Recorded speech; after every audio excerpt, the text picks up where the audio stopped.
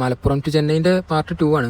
Check post പോയപ്പോൾ കിട്ടിയ വിവരം എന്താ വെച്ചാൽ പുതിയ ക്യാമറകളും വേബ്രിഡ്ജൊക്കെ വരികയാണ് ചെക്ക് പോസ്റ്റിൽ എന്ന് പറഞ്ഞത്. അങ്ങനെ അവിടുന്ന് പോകുന്ന നേരം വിളിക്കാനായപ്പോൾ പമ്പിലൊന്ന് കയറി കുറച്ച് ഡീസലൊക്കെ അടിച്ച് അവിടുന്ന് വീണ്ടും യാത്ര തുടർന്നു. ഈ ഉദയത്തിൻ്റെയും അസ്തമയത്തിൻ്റെയും സമയത്ത് വണ്ടി ഓടിക്കുമ്പോൾ കിട്ടുന്ന ഒരു ഗുണം എന്താ വെച്ചാൽ നല്ല അടിപൊളി വ്യൂ ആയിരിക്കും. അതൊക്കെ കാണുമ്പോൾ മനസ്സിന് വല്ലാത്തൊരു സന്തോഷവും സമാധാനമാണ്. ഇതിൻ്റെ ഇടയിൽ ചില സ്ഥലത്തൊക്കെ പണി നടക്കണോണ്ട് വണ്ടി സർവീസ് റോഡിന് തിരിച്ചു വിടണമൊക്കെ ഉണ്ട്. അങ്ങനെ കുറേ കാഴ്ചകളൊക്കെ കണ്ടുകൊണ്ട് ഇങ്ങനെ പോയി ഒരു 10 മണിയായപ്പോഴത്തേന് വെയിലിന് നല്ല ചൂടാകാൻ തുടങ്ങി.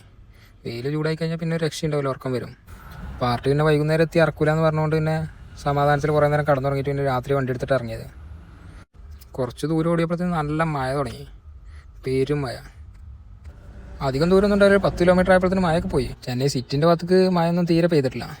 നട്ടപ്പാതിരാൻ കാത്തുന്ന കുറേ വണ്ടിക്കാർ നമ്മൾ ചെന്ന സമയത്താണ് ഉള്ളിൽ കയറിയിരിക്കണേ. അതുകൊണ്ട് കുറച്ചിടങ്ങാറായി, എന്നാലും കുഴപ്പമില്ല. ഒരു ഗ്യാപ്പ് കിട്ടിയപ്പോൾ വേഗം ഓവർടേക്ക് ചെയ്തുകൊണ്ട് രക്ഷപ്പെട്ടു. സംഗതി ചെന്നൈൻ്റെ എല്ലാ ഭാഗവും സിറ്റി തന്നെയാണെന്നുണ്ടെങ്കിലും നമ്മളെ മനസ്സിലൊരു സിറ്റിൻ്റെ രൂപം വന്നത് ഇപ്പോഴാണ്. അൺലോഡിങ് പോയിന്റിൽ നിർത്താൻ സ്ഥലം ഉണ്ടാവില്ല, വിളിക്കുമ്പോൾ വന്നാൽ മതി പറഞ്ഞുകൊണ്ട് അവിടേക്ക് എത്തുന്നതിൻ്റെ കുറച്ച് മുമ്പിലൊരു പാർക്കിങ് കയറി.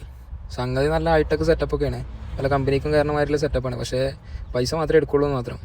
ഗൂഗിൾ പേ ചെയ്താലൊന്നും സ്വീകരിക്കില്ല എന്ന് പറഞ്ഞത്. അങ്ങനെ ഞാൻ പാർക്കിങ്ങിൻ്റെ ഉള്ളിൽ വണ്ടി കൊണ്ടുവച്ചിട്ട് ഒന്ന് ഉറങ്ങി. ഇതിൻ്റെ ബാക്കി വിശേഷങ്ങളായിട്ട് പാർട്ട് 3 വരാം.